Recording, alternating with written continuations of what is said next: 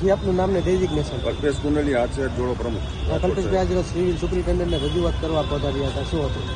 Rajkot civil હોસ્પિટલની અંદર જે સ્પીડ બ્રેકર મૂકવામાં આવ્યા છે, જે લોખંડની એંગલોથી મૂકવામાં આવ્યા છે, જેને અમે રદ કરાવવા માટે અમે રજૂઆત કરવા આવ્યા. સુપ્રિન્ટેન્ડન્ટ દ્વારા શું જવાબ દેવામાં આવ્યો? સુપ્રિન્ટેન્ડન્ટે કીધું કે અમારા દ્વારા મૂકવામાં આવેલ નથી, પીઆઈ દ્વારા મૂકવામાં, અમારી કોઈ સૂચના હતી નહીં, પણ તાકીદ અસરથી અમે દૂર કરશું. હવે કોંગ્રેસ પક્ષની મુખ્ય રજૂઆત શું છે? મુખ્ય રજૂઆત એ જ છે, સ્પીડ બ્રેકર ટૂંકમાં અહીંયાથી ડિલીટ કરે, તેમજ આ રંગરોગાન અત્યારે સિવિલને થાય છે, જે વરસાદનું વાતાવરણ છે છતાંય રંગરોગાન કરે છે, આમાં ખુલ્લો ભ્રષ્ટાચાર દેખાઈ રહ્યો છે. નિંભર તંત્ર શું આના ઉપર એક્શન લેશે કે શું? નહીં લે તો અમને કાન મળતા વાર નહીં લાગે. આગામી દિવસોમાં તમારી માંગ શું છે?